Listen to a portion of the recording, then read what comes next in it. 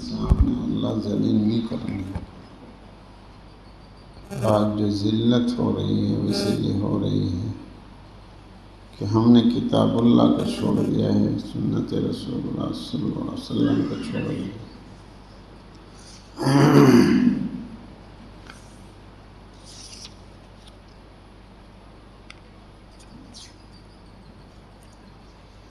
تکبر کے دنیاوی نقصانات: آخرت کے معاملے میں بے یقینی، لاپرواہی، اور اس کے برعکس دنیا پر یقین اور اس کی عظمت اور محبت کی بنا پر ہم لوگوں کا عمل ایسا ہے جس سے ظاہر ہوتا ہے کہ ہم امور آخرت کا خدا الگ اور دنیا کا خدا الگ مانتے ہیں۔ مثلاً امور آخرت میں گناہوں سے بچنے اور نیکیاں حاصل کرنے کی پوری کوشش اور تدابیر نہیں کرتے، بلکہ جھوٹے توکل اور بخشش کی امید اور اللہ تعالیٰ کے غفور رحیم ہونے کو کافی سمجھتے ہیں۔ نہ بدی سے بچتے ہیں، نہ نیکی کرتے ہیں، اور دعوے کرتے ہیں اللہ غفور رحیم۔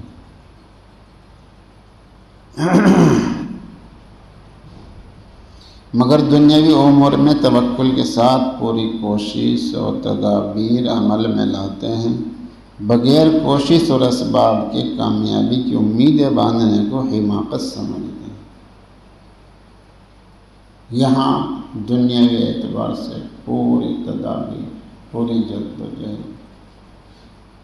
خون پسینہ ایک کر دیتے ہیں۔ اگر کوئی کچھ کام نہ کرے اور وہ یہ کہے اللہ غفور الرحیم ہے تو اسے پاگل بتاتے ہیں۔ یوں کہتے ہیں جب تو کھیت میں کرے گا نہیں، دکان پہ نہیں جائے گا تو کیسے کام چلے گا؟ یہاں یوں کہتے ہیں، دنیاوی اعتبار سے نہیں کہتے ہیں، وہاں نہیں کہتے۔ بھائی تو نماز نہیں پڑھتا، کیسے غفور الرحیم کہہ رہا ہے؟ بھائی تو زکوٰۃ نہیں دیتا، روزہ نہیں رکھ رہا ہے، نیکی نہیں کر رہا ہے، گناہوں سے نہیں بچ رہا ہے، تو کیسے کہہ رہا ہے تو اللہ غفور الرحیم؟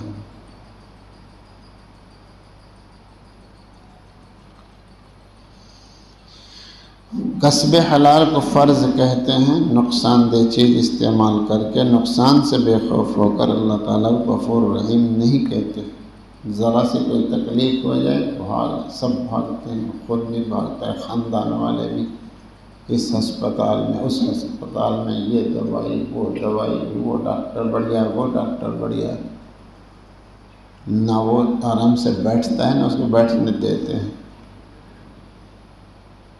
جہنم سے بچنے کے لیے تدبیریں نہیں کر رہے، کوششیں نہیں کر رہے ہیں، جنت حاصل کرنے کے لیے بھاگ دوڑ نہیں ہو رہی۔ جس طرح یہاں بیماری کو دفع کرنے کے لیے، صحت کو حاصل کرنے کے لیے سارے لگ گئے ہیں، پورا خاندان لگا ہوا ہے، گھر سے بے گھر ہے، ہاسپٹل میں پڑے ہوئے ہیں اور تدبیریں کر رہے ہیں، مشورے کر رہے ہیں، لیکن آخرت کے اعتبار سے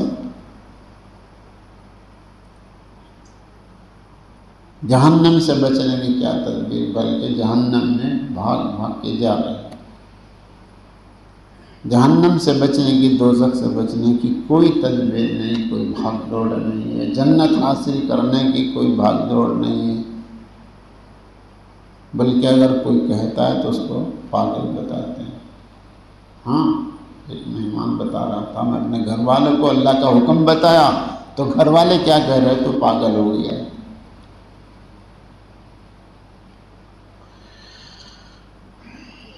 ایسے آدمی پر ناراض ہو کر حضرت مولانا روم رحمۃ اللہ علیہ فرماتے ہیں، تیرا کسب حلال کہنا کیا، تیرا تو خون تک حلال ہے کہ تو شرک اور دھوکے میں پڑا ہوا ہے۔ حالانکہ حق بات یہ ہے کہ خدا تو ایک ہی ہے، اگر تکبر کرنے میں خدا کی ناراضگی ہے اور وہ متکبر کو جنت میں داخل نہیں کرے گا تو دنیا میں متکبر کو عزت بھی نہیں دینے گا۔ تکبر کے نقصان دنیا میں اور آخرت میں دونوں جگہ پر ہیں۔ آخرت میں جنت و جنت کی بو بھی نصیب نہیں ہونے کی، دوزخ ہے متکبرین کے لیے، اور دنیا میں بھی عزت نہیں ملنے کی متکبر کو۔ نہ آخرت میں عزت دیں گے نہ دنیا میں عزت دیں گے متکبر کو۔ دنیا کی عزت بھی اسی کے دینے سے حاصل ہو سکتی ہے، لہذا اللہ تعالیٰ متکبر کو دنیا میں بھی پست و رسوا کرے گا۔ حدیث پاک میں من تواضع للہ رفعہ اللہ، جو اللہ تعالیٰ کے لیے تواضع و عاجزی اختیار کرے گا اللہ کے لیے، اللہ پاک اسے بلند کر دیتے ہیں۔ یہاں صرف آخرت میں بلند کرنے کا ذکر مقصود نہیں، بلکہ مطلب یہ کہ دنیا آخرت دونوں میں بلندی عطا فرماتے ہیں۔ من تواضع للہ رفعہ اللہ، جو تواضع اختیار کرے گا، نماز نہ پڑھنا تکبر، دنیا بھی خراب آخرت بھی خراب، دونوں خراب ہوگی، دونوں میں بے عزتی۔ نماز پڑھنے میں دنیا میں بھی عزت، آخرت میں بھی عزت۔ اللہ کی بات ماننا یہ تواضع کی بات ہے، اللہ تعالیٰ کی بات نہ ماننا یہ تکبر کی بات ہے۔ اور چوری اور سینہ زوری یہ تو بڑی خطرناک ہے، بڑی خطرناک۔ نمرود میں یہی تھا، ابو جہل میں یہی تھا، فرعون میں یہی تھا، قارون میں یہی تھا، یہ چوری اور سینہ زوری، گناہ کرتے تعویلیں کرتے۔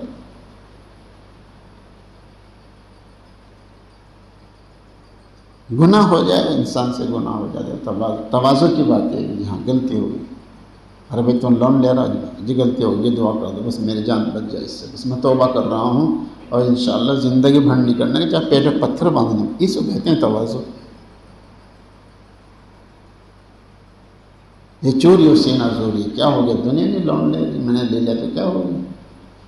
یہ چوری اور سینہ زوری، یہ متمرد ہے۔ بلکہ مطلب یہ ہے کہ دنیا آخرت دونوں کی بلندی عطا فرماتے ہیں تواضع پر۔ تواضع کی ضد تکبر ہے، اس لیے تکبر کو دنیا اور آخرت دونوں کی ذلت اور پستی ضروری ہے۔ چنانچہ متکبرین سے دنیا میں ہر آدمی بغض رکھتا ہے، دل سے کوئی بھی عزت نہیں کرتا۔ اگر اس پر کوئی مصیبت آ جائے تو لوگ بجائے مدد کرنے کے اور خوش ہوتے ہیں، دل سے کوئی بھی نہیں۔ ظاہر میں متکبر کا احترام بھی ہوتا ہے، لوگ سلام بھی کرتے ہیں، مگر وہ دل سے نہیں کرتے ہیں، وہ تو اپنی جان بچانے کے لیے، اپنی عزت بچانے کے لیے اگر سلام نہ کیا تو نقصان پہنچائے گا جی ہاں، اس کا احترام نہ کیا تو پتہ نہیں کیا کیا نقصان پہنچائیں گے۔ تو وہ تو ظاہر میں ہوتا ہے، اپنی جان ایمان اپنے آرام کو بچانے کے لیے دل سے کوئی احترام نہیں کرتا ہے۔ انفرادی اور اجتماعی نااتفاقوں اور لڑائی جھگڑے کا باعث تکبر ہی ہوتا ہے، پھر اس سے غصہ، حسد، حب جا پیدا ہو جاتے ہیں، جس سے سینکڑوں قسم کے دنیاوی نقصانات اٹھانے پڑتے ہیں۔ ساری لڑائی جھگڑوں کی جڑ تکبر ہی ہوتا ہے، سارے لڑائی جھگڑے، مجھے اس نے یوں کیوں کہا، میری اس نے بے عزتی کر دی، یہ سب اپنی بڑائی کی بنا پر۔ اگر کوئی تواضع کو صرف دنیا کے فائدے کے لیے اختیار کرے تو اس سے دنیاوی زندگی بھی بہت شیریں اور خوشگوار بن جاتی ہے، اور اگر حق تعالیٰ کی رضا اور آخرت کے لیے تواضع سے متصف ہونا نصیب ہو جائے تو پھر دنیا اور آخرت دونوں ہی میں حقیقی راحت اور رفعت اور بلندی ہاتھ آ جاتی ہے۔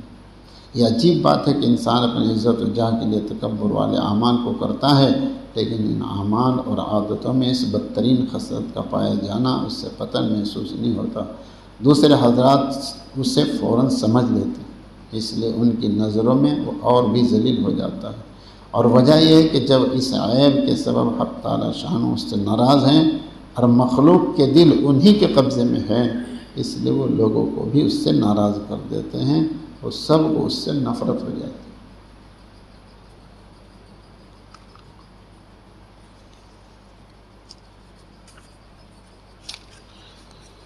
حضرت جنید بغدادی رحمۃ اللہ علیہ کا قصہ۔ حضرت جنید بغدادی رحمۃ اللہ علیہ کے پاس ایک شخص 20 سال رہا۔ کتنا؟ 20 سال خدمت میں رہا۔ ایک روز عرض کیا کہ اتنی مدت میں مجھے آپ سے کچھ حاصل نہ ہوا۔ وہ شخص اپنی قوم کا سردار اور برادری میں ممتاز تھا۔ آپ سمجھ گئے کہ اس کے دل میں بڑائی ہے۔ فرمایا اچھا ایک بات کرو، اخروٹوں کا ایک ٹوکرا بھر کر خانقاہ کے دروازے پر بیٹھ جاؤ اور پکارو کہ جو شخص مجھے ایک جوتا مارے گا اس کو ایک اخروٹ دوں گا، جو 2 مارے گا 2 دوں گا، اسی طرح زیادہ کرتے جاؤ۔ جب یہ کام کر چکو اور اخروٹ کا ٹوکرا خالی رہ جائے تو میرے پاس آؤ۔ اس شخص نے کہا لا الہ الا اللہ محمد رسول اللہ، حضرت یہ کام تو مجھ سے ہرگز نہ ہوگا۔ حضرت جنید بغدادی رحمۃ اللہ علیہ نے فرمایا کہ یہ وہ مبارک کلمہ ہے، اگر 70 برس کا کافر اس کو ایک مرتبہ صدق کے دل سے پڑھ دے تو واللہ مومن ہو جائے، مسلمان ہو جائے، مگر تو اس وقت اس کے پڑھنے سے کافر طریقت ہو گیا، جان نکل جا، تجھے مجھ سے کچھ حاصل نہ ہوگا۔ دوسرے کسی بزرگ کا نام لے کر فرمایا کہ ان کے پاس ایک شخص مدت ہو رہا اور پھر شکایت کی کہ دل کی حالت درست نہ ہوئی۔ شیخ نے فرمایا کہ میاں درستی سے تمہارا کیا مقصود ہے؟ اس شخص نے جواب دیا کہ حضرت جو نعمت آپ سے ملے گی آپ سے لے کر دوسروں کو پہنچاؤں گا۔ شیخ نے فرمایا کہ بس اس نیت ہی کی تو ساری خرابی ہے کہ پہلے ہی پیر بننے کی ٹھان رکھی ہے، اس لیے آئے ہیں تاکہ ہم پیر بن جائیں۔ اس بیہودہ خیال کو جی سے نکال دو اور یوں خیال کرو کہ اللہ تعالیٰ نے جو ہمیں طرح طرح کی نعمتیں دیے ان کا شکر اور بندگی ہم پر فرض ہے۔ بس اس امید پر جو لوگ ذکر و شغل کرتے ہیں اور نماز پڑھتے ہیں کہ ہمیں اس کا نفع ملے، یہ ان کی حماقت ہے۔ ذکر اس لیے کر رہے تاکہ نفع ہو، نماز اس لیے پڑھ رہے تاکہ نفع ہو۔ ارے نفع کہاں کا؟ آج تک کی جتنی نعمت استعمال کی ان کا تو شکر ادا نہیں، اب تک آگے اور امیدیں کر رہا۔ پہلا تو ارے بھائی پہلا قرضہ تو دیا نہیں ہے اب تک، ہم تو مقروض ہیں۔ آج تک کتنی نعمتیں، ایک نعمت کا شکر ادا نہیں ہوا۔ اللہ تعالیٰ نے آج تک جتنا دیا ہے اس کا احسان نہیں مانا اب تک، آگے کیسی امید ہے؟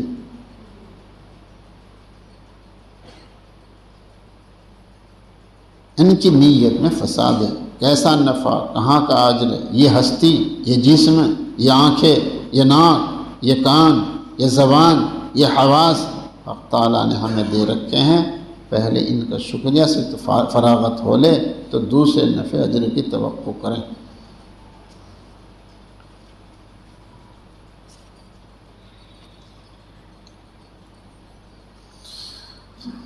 تنہائی میں بیٹھ کر سوچیں، غور کریں، فکر کریں، فکر سے بات سمجھ میں آئے گی۔ فکر سے اندر میں طلب آتی ہے، فکر سے اندر میں طلب آتی ہے۔ جس کے پیر نہیں اس کو دیکھو، جس کی آنکھ نہیں اس کو دیکھو، جس کے ہاتھ نہیں اس کو دیکھو۔ بھی ہمارے گاؤں کے ایک بچے کا حادثہ ہو گیا اور ڈاکٹر نے کہا اس کے ہاتھ میں 3 لاکھ روپے لگے۔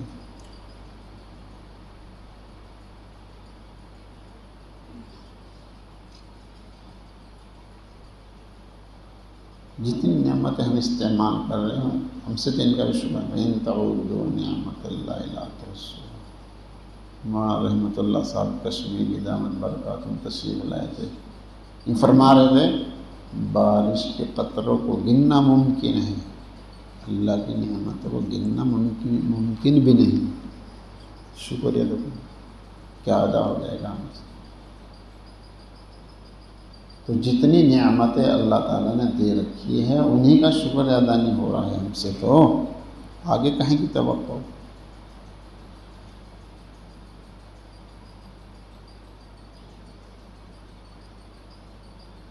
اس کا نام ہے تواضع ہے، تواضع اس کا نام ہے۔ یوں سمجھے ہم نے جو کچھ اللہ تعالیٰ کا استعمال کیا ہے ہم تو اس کا بھی شکر ادا نہیں۔ اللہ کا فضل ہے، اگر اللہ تعالیٰ معاف کر دے، اللہ مغفرت فرما دے، اللہ جنت دے دے، اللہ کا فضل ہے، اللہ کا احسان ہے۔ تو کوئی ہماری نمازوں کا بدلہ ہے، کوئی ہمارے روزوں کا بدلہ ہے، ہم اس قابل نہیں ہم جنت میں جائیں۔ یہ تو بس اللہ کے فضل سے، اللہ کے رحم و کرم سے اگر کام بن جائے تو غنیمت ہے۔ یہاں تو جو کچھ مل رہا ہے اسی کا شکر ادا نہیں ہو سکتا۔ اپنے آپ کو مستحق نہیں سمجھنا چاہیے، میں اس کا مستحق ہوں، میں اس کا مستحق ہوں، میں جنت کا مستحق ہوں، میں جنت کا ٹھیکیدار ہوں۔ یہ یہودیت نصرانیت، وقالوا لن يدخل الجنة الا من كان هودا او نصارى، یہ تو یہودیت ہے، نصرانیت ہے۔ ہم جنتی ہیں، ہم جنت کے ٹھیکیدار ہیں، جنت ہماری ہے، یہ یہودیت ہے، نصرانیت ہے۔ قرآن پاک میں اللہ پاک نے یہ اس لیے ذکر کیا ہے تاکہ مسلمانوں میں یہ دعوے کب ہوتے ہیں؟ جب اندر میں تکبر ہوتا ہے، یہ دعوے تبھی ہوتے ہیں، میں ایسا ہوں، میں ویسا ہوں، میں فلاں ہوں، تو یہ سب تکبر کی بنا پر دعوے ہوتے ہیں۔ جب اپنے اندر، جب اپنے آپ کو کچھ سمجھتا ہے کہ میں یہ ہوں، میں یہ ہوں، میں یہ ہوں، پھر وہ دعوے ہوتے ہیں، یہ تکبر ہے۔ میں کیا ہوں؟ منی قطرے سے شروع ہوا ہے، اندر گئی سانس نکل جائے گا، قبر میں مٹی بن جائے، فی الحال پیٹ میں کتنی گندگی ہے، یہ ہے حقیقت۔ کہیں پہ تکبر ہے، کہیں پہ اکڑ ہے، کہیں پہ مکڑ ہے۔ ہسپتال میں جا کے دیکھو، سامنے آنکھوں کے سامنے کیا کیا نظر آتا ہے، قبر میں جا، قبرستان میں جا کر دیکھو، عبرتیں حاصل ہوتی ہیں۔ ہمارے خاندان کے، ہمارے محلے کے، ہماری بستی کے کتنے لوگ چلے گئے، کتنے کے جنازے دیکھے، ایک دن نمبر آنے والا ہے، کہیں کے اکڑ ہے، کہیں کے مکڑ ہے۔ اس کی دعا مانگے اللہ تعالیٰ اندر سے تکبر کا نکال دے، حسد کا نکال دے۔ اب دیکھو ابھی پڑھا ہے، 4 آدمی رہ گئے، ایسی عام بخشش کے زمانے میں بھی 4 آدمی رہ گئے، شراب کا عادی، ماں باپ کا نافرمان، گھر گھر میں لڑائی ہے ماں باپ سے، لڑائی کی بنیادی تکبر ہے۔